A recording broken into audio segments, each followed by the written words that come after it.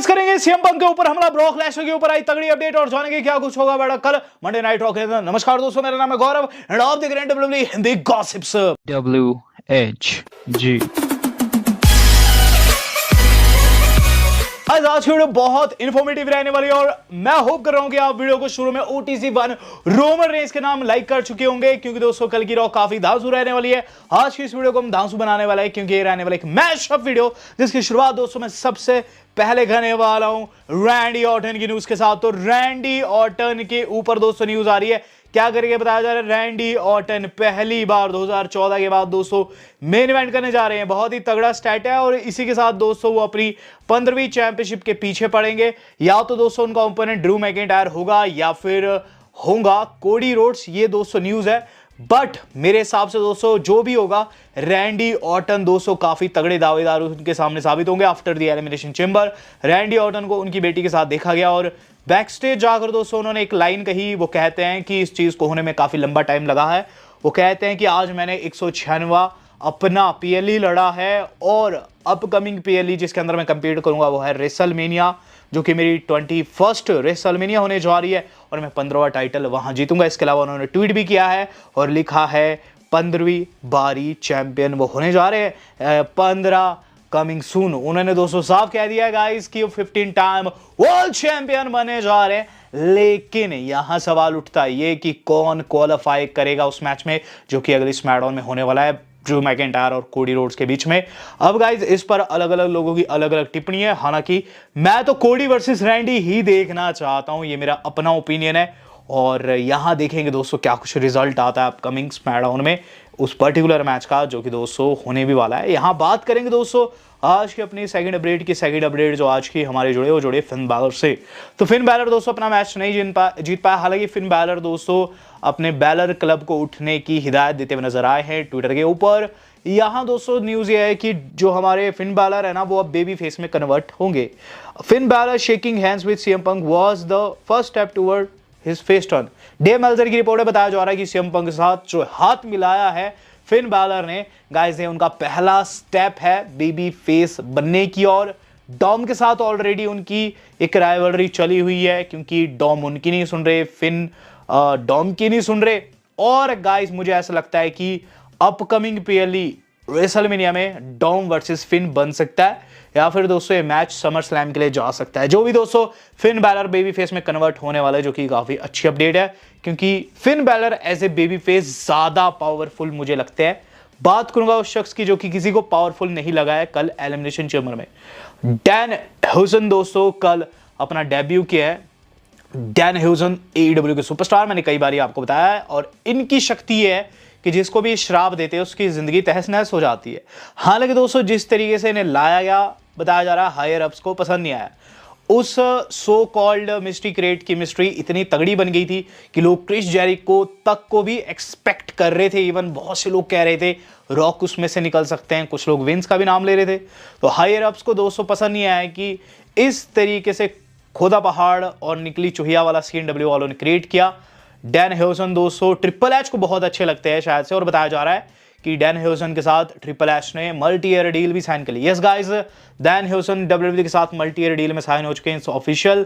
The thing is triple H ने comment किया है आफ्टर द शो, ये चीज़ कही है कि ये जो टाइम है ये फन टाइम है, एक नई एरा है।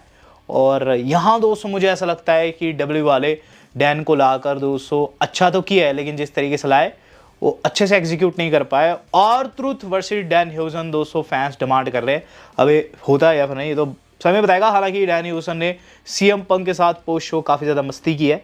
बात करूंगा दोस्तों इससे अगली न्यूज की। तो इस अगली न्यूज जो आज की मेरी जुड़ी हुई है वो जुड़े दोस्तों बिग ब्रॉन्सन रीड से। तो सभी को शो अच्छा लगा सिवाय रीड के, क्योंकि रीड का बंदा लोगन पॉल वहां हार गया थैंक्स टू रॉलिंस।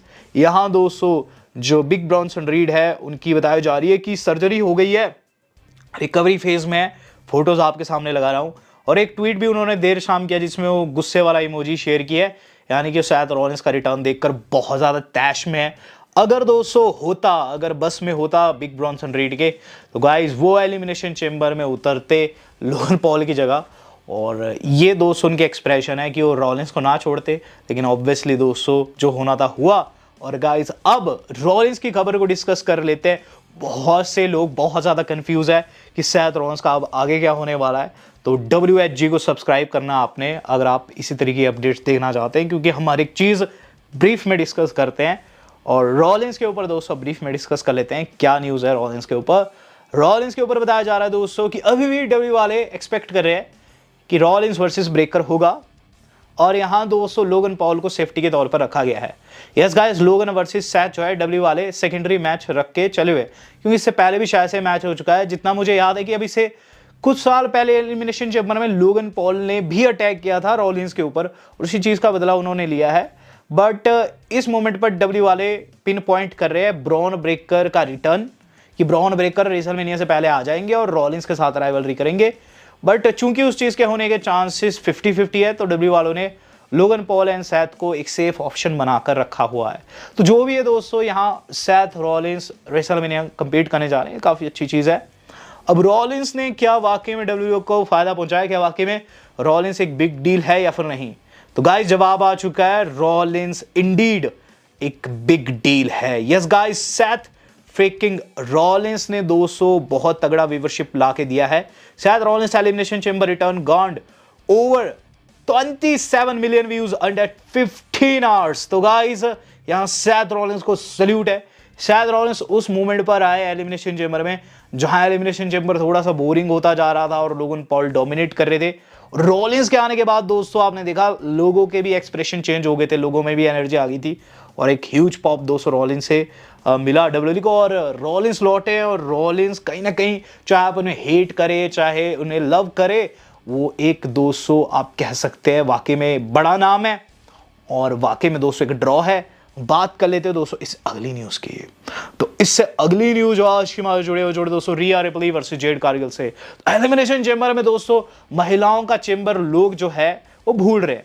हालांकि बता दूं पुरुषों की तुलना में इस चैम्बर की क्वालिटी बहुत ज़्यादा अच्छी थी। पुरुषों के चैम्बर में शॉक्स थे, लेकिन इसमें रेसलिंग था। रिया रिप्ली ने जीता, और रिया रिप्ली एंड जेड कारगिल का दोस्तों ट्विटर के ऊपर वॉर भी शुरू हो चुका है। तो इन्होंने दोस्तों अपने राइवलरी की शुरुआत ट्विटर से की है, जहां दोस्तों रिया रिप्ली ने जेड के कमेंट के ऊपर कमेंट करते हुए लिखा, all you seem to do is talk and that's literally it, यानी कि तुम सिर्फ बोलती रहती हो करती कुछ नहीं हो। देन जेड ने लिखा है, talk like the hours you spend talking to creative. काफ़ी पर्सनल दोस्तों ये गई है एक्स के ऊपर, ट्विटर के ऊपर, और मुझे ऐसी वाइब आ रही है दोस्तों कि इनकी राइवलरी बहुत खतरनाक होगी, और गाइज इसके अंदर हमें ब्लड तक देखने को मिल सकता है। तो गाइज बहुत ज़्यादा मज़ा आने वाला है इस पर्टिकुलर राइवलरी में। देखेंगे अगले स्मैकडाउन में क्या कुछ रहता है। बात कर ली जाए दोस्तों अब इससे अगली न्यूज़ की। तो इससे अगली न्यूज़ जो आज हमारी जुड़ी हुई है वो जुड़े दोस्तों द गेम ट्रिपल एच से। द गेम ट्रिपल एच के बारे में बताऊँ, द गेम ट्रिपल एच ने दोस्तों आफ्टर दी शो वहाँ टेबल पर बैठना सही नहीं समझा उन्होंने, बल्कि जैकी को अलग से इंटरव्यू दिया है। द थिंग इज काफ़ी टाइम से ट्रिपल एच को उनकी बुकिंग के लिए गालियाँ पड़ रही थी, और पीछे से कभी गंजा कह रहे हैं कभी कुछ कह रहे हैं। यहाँ ट्रिपल एच ने दोस्तों फैसला लिया कि वो पोस्ट शो जाएंगे ही नहीं और इंटरव्यू देंगे शो के ऊपर, जहाँ उन्होंने सारे मैचेस को बेहतरीन बताया, हर बारी की तरह दोस्तों नई एरा बताया है। लेकिन the thing is triple H को भी अब धीरे धीरे फील होने लग रहा है कि डब्ल्यूडब्ल्यू को बेहतर दिखाना जरूरी है, वरना गालियां पड़ती है। और अब गाइस बात कर ली जाए आज की अपनी सेकंड लास्ट न्यूज़ की। सेकंड लास्ट न्यूज़ जुड़ी है दोस्तों द बीस्ट ब्रॉक लेसनर के रेसलमेनिया ओपोनेंट से। ब्रॉक लेसनर किसे फेस करेंगे, काफी बड़ा सवाल है। जितना मुझे पता है अब ब्रॉक लेसनर की अगली जो अपीयरेंस है 16 तारीख को होने वाली है।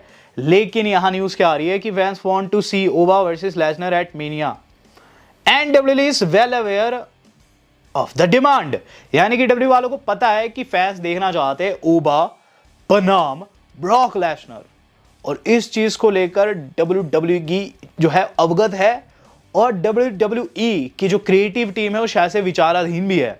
ये न्यूज़ दोस्तों डेव मैलर के द्वारा कल ब्रोक की गई, और यहाँ दोस्तों अच्छी चीज़ ये है कि डब्ल्यूडब्ल्यूई जानती है कि ओबा वर्सेस लेसनर एक बिग मनी मैच है, एक ऐसा मैच है जो कि जनरेशंस तक याद किया जा सकता है, क्योंकि ओबा जो है उन्हें नेक्स्ट बिग थिंग कहा जा रहा है। लेकिन तब तक वो खुद को नेक्स्ट बिग थिंग नहीं बोल सकते हैं ऑफिशियली, जब तक वो एक्चुअल नेक्स्ट बिग थिंग को ना हरा दे, यानी कि ब्रॉक लेसनर को ना हरा दे। तो गाइज अब चांसेस बन रहे हैं इस पर्टिकुलर मैच के, क्योंकि कोई कुछ भी कहे दोस्तों, ब्रॉक लेसनर को टक्कर देने के लिए उन्हीं के साइज का बंदा चाहिए होता है, हमेशा से हमने देखा है। तो गाइज जहाँ चांस बन रहे हैं कि इस बार की रेसलमेनिया में ओवा वर्सेस लेसनर बन जाए, और हो सकता है 16 मार्च की जो रॉ है वो हमें बहुत बड़े धमाके देकर जाए। बात कर ली जाए दोस्तों अब आज की अपनी मेन न्यूज़ की, जो कि जुड़ी है दोस्तों रॉ से एंड रोमन रेंस से। तो सबसे पहली थिंग जो हम लोगों को देखने को मिली है वो है दोस्तों ड्रैगन ली वर्सेस गंथर। तो गाइस इनकी राइवलरी काफ़ी टाइम से चली आ रही है। एजे जो थे उन्हें रिटायर किया था गंतर ने, और उसके बाद ली को भी डिस्ट्रॉय किया था। तो ली बार बार अटैक करे गंतर के ऊपर, फाइनली इनका मैच देखने को मिलेगा। अगर कोई मुझसे पूछे इस पर्टिकुलर मैच में कौन जीतेगा, तो मैं आंखें बंद कर कर गंतर का नाम लेने वाला हूँ। ड्रैगन ली टैलेंटेड है, लेकिन गंतर जो कि एक करियर किलर है गाइस, हाँ ड्रैगन ली को डिस्ट्रॉय करने वाले हैं। देन दोस्तों जो अगला मैच हम लोगों को देखने को मिलेगा काफ़ी क्रेजी है, वो है डोमिनिक मिस्टीरियो का, जो कि पेंटा को फेस करेगी इंटरकॉन्टिनेंटल चैंपियनशिप के लिए। कोई भी जीत सकता है इसके अंदर, लेकिन रेसलमेनिया सीजन है और यहाँ दोस्तों मैं कोई रिस्क नहीं लेना चाहूंगा। यहाँ मैं डोमिनिक मिस्टीरियो को पिक करूंगा, हालांकि कोई भी जीत सकता है, बट स्टिल मुझे ऐसा लगता है कि रेसलमेनिया सीजन में डॉम शायद से नहीं हारेंगे, डॉम रिटेन कर लेंगे। एलए नाइट को भी एडवर्टाइज किया गया। एलए नाइट का दोस्तों अलग सिनारियो चला हुआ है विजन के साथ में, और कल दोस्तों लोगन पॉल ने उन्हें नुकसान दिया, तो मुझे ऐसा लगता है लोगन पॉल को कॉल्ड आउट कर सकते हैं। एंड गाइस फिर हमें देखने को मिल सकता है एक बड़े वाला कांड। दरअसल दोस्तों कल की रॉ के अंदर जो एडम पेयर्स है वो भी सेथ रॉलिंस की सिचुएशन को डिस्कस करने वाले हैं। तो हो सकता है दोस्तों शो की शुरुआत में सेथ रॉलिंस की सिचुएशन को डिस्कस करते हुए नजर आए, और ये चीज़ कहते हुए नजर आए कि रॉलिंस आज नहीं है, लेकिन इस सेगमेंट की ड्यूरिंग जब एलए नाइट की पिटाई हो रही हो तो सेथ रॉलिंस आकर दोस्तों वहाँ उनका रेस्क्यू करे, जिसके तहत आगे जाकर एक टैग टीम मैच भी बने। बात कर ली जाए दोस्तों अब main event of the evening की। तो guys main event of the evening से पहले आपको बता दूं कि सीएम पंक का आ चुका है reaction. Yes guys CM Punk कल शो के बाद दो बड़े कांड किए। सबसे पहले तो उन्होंने एक तस्वीर डाली है जिसके अंदर वो पूरे नंगे हो रखे हैं, और उन्होंने दोस्तों चेस्ट के ऊपर अपनी वाइफ का टाइटल बांधा है। नीचे आप देख पा रहे दोस्तों वर्ल्ड टाइटल बांधा है, जो कि बहुत गलत मुझे लगा। वर्ल्ड टाइटल को ऐसी जगह पर नहीं बांधना चाहिए था, और नंगे थे, ये सबसे अतरंगी चीज़ थी। हालांकि कई चैंपियंस ने पास्ट में ऐसा किया, रॉलिंस ने भी ऐसा किया पास्ट में। तो यहाँ दोस्तों सीएम पंक की पोस्ट वायरल जा रही है, बट एक और चीज़ वायरल जा रही है, वो है उनका रिप्लाई। तो मैंने आपको दोस्तों कल बताया था सुबह वाली वीडियो में कि रोमन रेंस ने कहा है कि एलिमिनेशन चैम्बर को देखकर ऐसा लगा कि तुम भी थके हुए और तुमसे ज़्यादा शिकागो की क्राउड थकी हुई है, और तुम्हें मुबारक हो ये आखिरी मंथ रेलेवेंसी का। मैंने आपको बताया था। इस पर जो सीएम पंक है वो पोस्ट शो में रिप्लाई देते हैं, वो कहते हैं कि ये देखो रोमन क्या लिख रहा है, इसके पास टाइम है ट्विटर के ऊपर ऐसे ट्वीट करने का, लेकिन शिकागो में आने का टाइम नहीं है। वेल रोमन बता दूं, मेरे चेहरे पर चोटें आ रखी है, लेकिन मैं एक फाइटिंग चैंपियन हूं। मार खा खा के मुझ में धार आ चुकी है, और तू रोमन रेंस नहीं रह गया, तू रस्टी रेंस हो गया, यानी कि तुझ में जंग लग गया।